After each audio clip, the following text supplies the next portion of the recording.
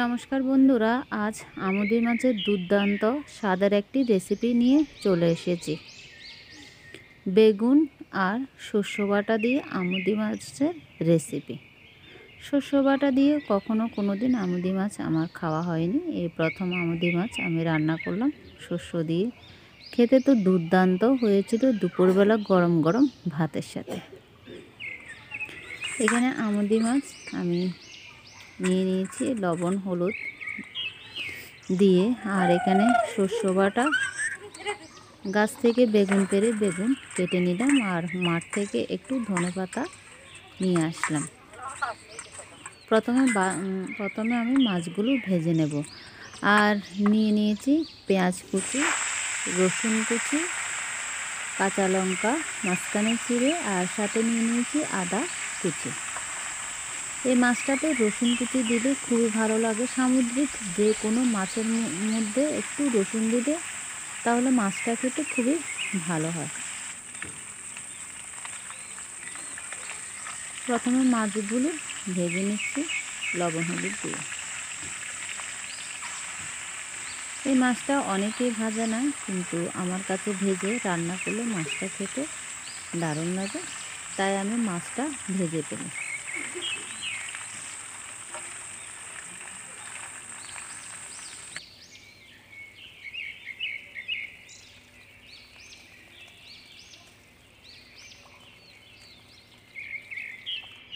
মাছটা ভাজা হয়েছে, আমি নামিয়ে নিয়েছি। এখন কড়াইতে যে তেলটা আছে তার মধ্যে আমি পেঁয়াজ কুচি, রসুন কুচি, আদা কুচি, মাঝখানে চিড়ে লঙ্কা দিয়ে দিয়েছি। পেঁয়াজটা আমি 2 থেকে 3 মিনিট প্রথমে ভেজে নেব। পেঁয়াজটা সম্পূর্ণ ভাজবো না, 2 থেকে 3 মিনিট প্রথমে পেঁয়াজটা ভেজে নেব। আদাটা এখানে বেটেও দেওয়া যায়, গ্রেট করেও দেওয়া যায়, আমি একদম কুচি করে কেটে দিয়েছি। খুবই ভালো লাগে এভাবে যদি আমুদি মাছ রান্না করা হয়। পেঁয়াজটা মোটামুটি ভাজা হয়েছে, এখন আমি কেটে রাখা বেগুনটা আমি দিয়ে দিলাম। এখন লবণ দিয়ে দেব। লবণ দিয়ে বেগুনটা পেঁয়াজের সাথে ভেজে নেব। হলুদের গুঁড়ো আর যে জিরের গুঁড়ো সেটা এখন দেব না। পেঁয়াজের সাথে বেগুনটা একদম ভাজা হয়ে যাবে, তারপর আমি মশলা অ্যাড করে দেব।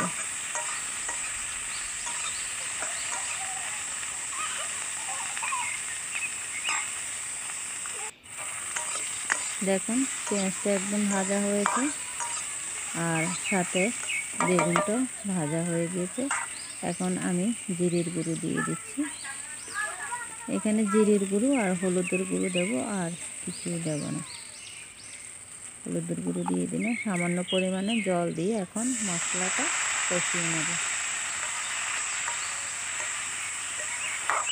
এটাতে জিরের গুঁড়ো আদা এগুলো না দিলেও চলে, শস্য দিয়ে রান্না করলে এগুলো দেওয়ার প্রয়োজনই হয় না।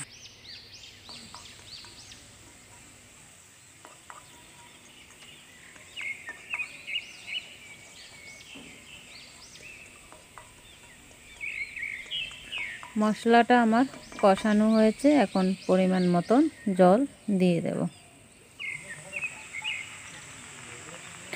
উনুনের রান্না আলাদা একটা স্বাদ। আমরা গ্যাসে অনেক মশলা দিয়ে রান্না করি, কিন্তু ওটা থেকে উনুনের মধ্যে যদি অল্প মশলা দিয়ে একদম পাতলা ঝোল রান্না করা হয়, সে অসাধারণ লাগে খেতে।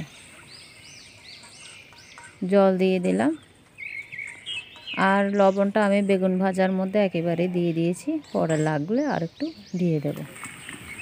ফুটে উঠেছে, এখন আমি ভেজে রাখা মাছটা দিয়ে দেব। মাছটা দিয়ে দিয়েছি, এখন বাদ বাকি রান্নাটা করে নেব।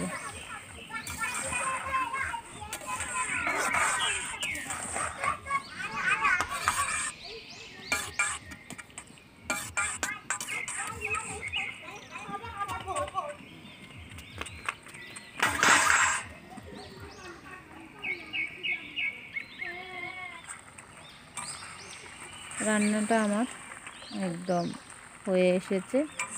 এখন যে শস্যটা আমি বেটে রেখেছি ওটা দিয়ে দেব। শস্য দিয়ে যে কোনো মাছ রান্না করলে খেতে দুর্দান্ত হয়।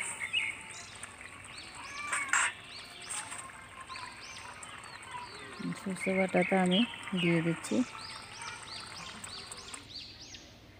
শস্য বাটাটা দিয়ে এখন আরও 2 মিনিট অপেক্ষা করব।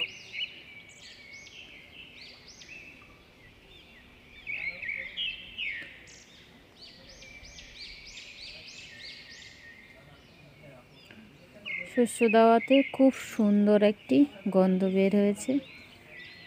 এখন ধনেপাতা কুচি দিয়ে দিচ্ছি। ধনেপাতাটা আমি একটু বেশি দিয়েছি, কারণ ধনেপাতা আমার কাছে খুবই ভালো লাগে।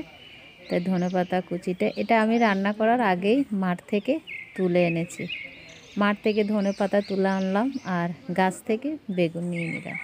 এইভাবে যদি রান্না করার আগে গাছ থেকে যদি কোনো সবজি তুলে রান্না করা হয় তাহলে আমার কাছে খুবই ভালো লাগে।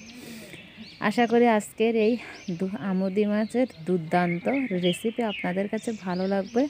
ভালো লাগলে বাড়িতে অবশ্যই একবার ট্রাই করে খেয়ে দেখবেন।